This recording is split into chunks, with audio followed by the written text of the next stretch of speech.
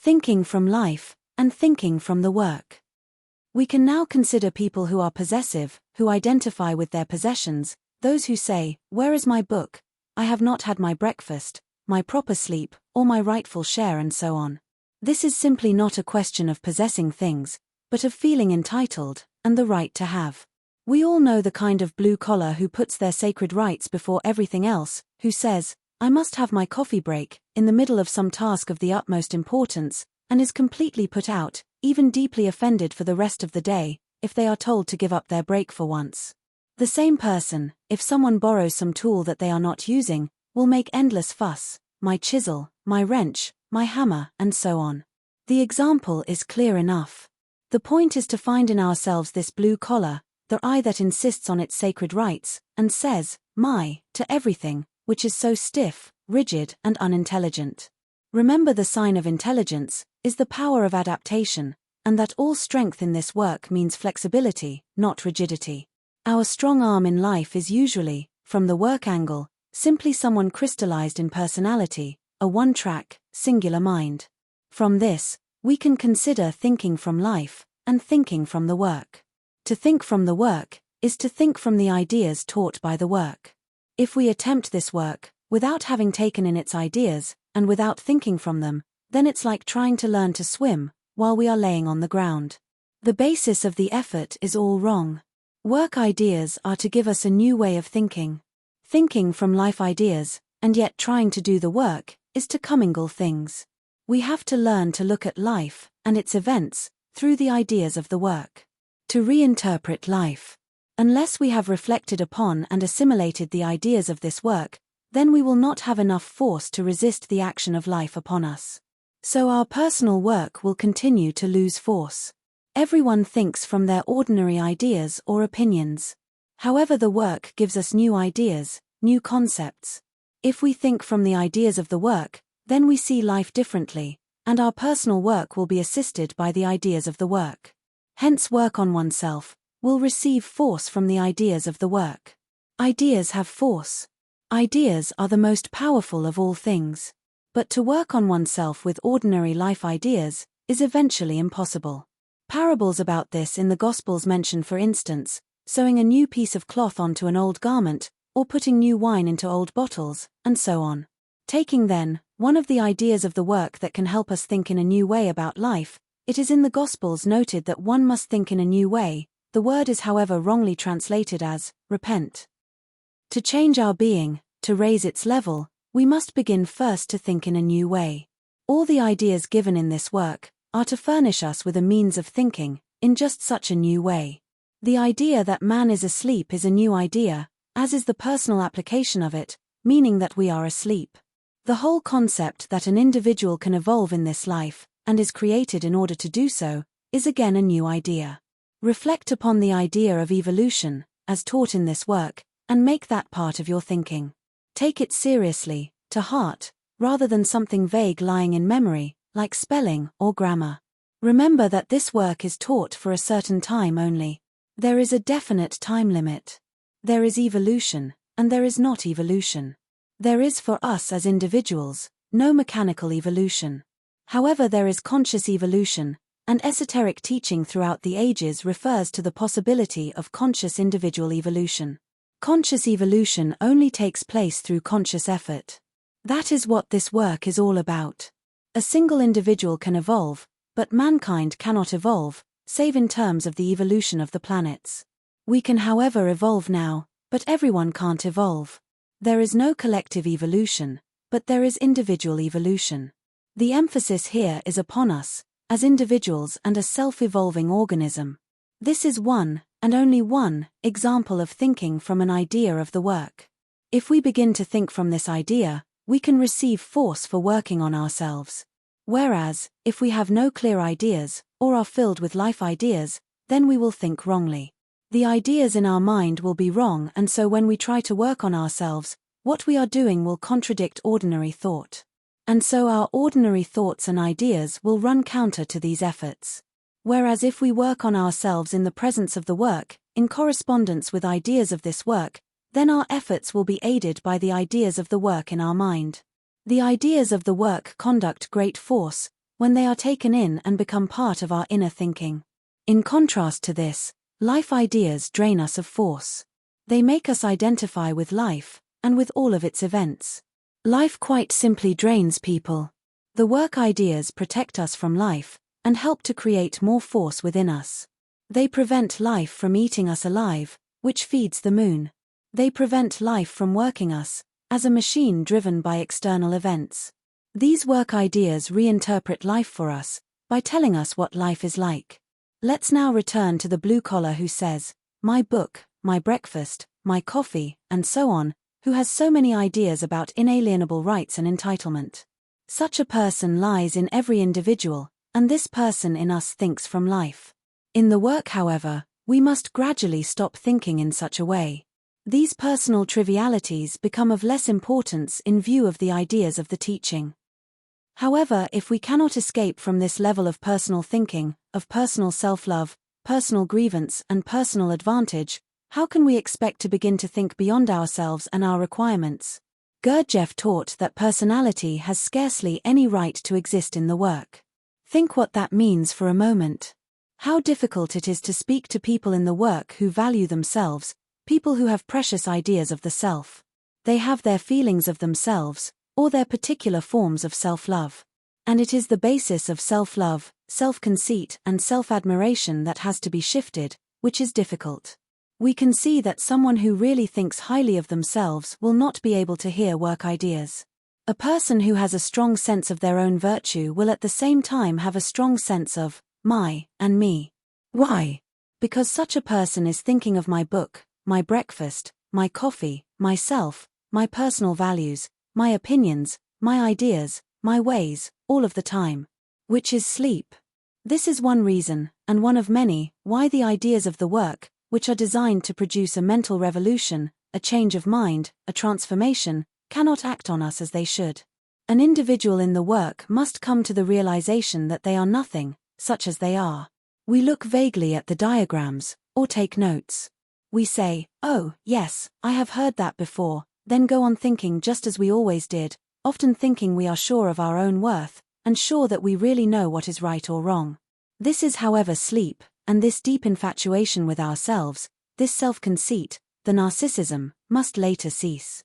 A person must begin to feel that there is nothing else for them but this work, that they must for themselves think through, and see the meaning of everything they encounter day after day, and taught in this work. They then begin, at last, to awaken. The driver in them begins to climb up onto the box, and take hold of the reins. The driver is their mind, not ordinary mind, but a mind beginning to think the ideas of this work. Which is an awakening mind. This is thinking in a new way. This is that thing so insisted upon in the Gospels. Thinking in a new way, the first step in leading to a change of being. This is what in the Gospels is referred to as hearing, whosoever heareth. It is hearing the ideas with our mind, not with ears, and not with memory. Only this kind of hearing will awaken the driver. It is listening, to not the words, but the meaning of those words, that is hearing. We know, from the teaching of this work, that man is sown on earth by the sun, as a self-developing seed. Man is an experiment upon the earth, an experiment made in the laboratory of the sun, which is again, a new idea. The level of being and intelligence, represented externally by the sun and marked in the ray of creation by the note soul, creates man as an experiment on the earth, represented by the lower note me. Notice that we are created from above, from a higher level. The note soul, externally represented by the sun, creates us on the earth, with the object of evolving in our understanding up to the level of the note soul. We are therefore created incomplete, undeveloped, unevolved, but capable of evolution. Unless the level of being and intelligence represented by the note soul in the ray of creation can receive a sufficient number of evolved human beings, passing upwards from the note me, then this small twig in the whole created tree of the universe, our private earth and moon, may be destroyed as superfluous. Two kinds of evolution are possible for us. We find ourselves situated on a planetary being called the Earth, whose period of evolution is vast in comparison with our own.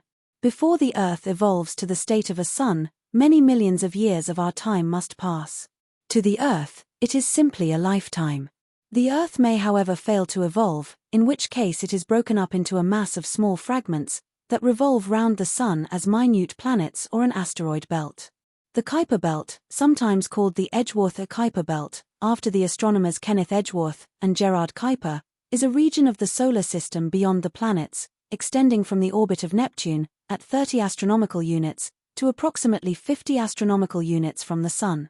It is similar to the asteroid belt, but far larger, 20 times as wide and 20 to 200 times as massive. Like the asteroid belt, it consists mainly of small bodies, or remnants from the solar system's formation and degradation. Although some asteroids are composed primarily of rock and metal, most Kuiper Belt objects are composed largely of frozen volatiles, termed ices, such as methane, ammonia, and water.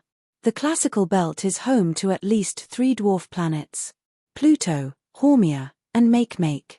Some of the solar system's moons, such as Neptune's Triton and Saturn's Phoebe, are also believed to have originated in this region.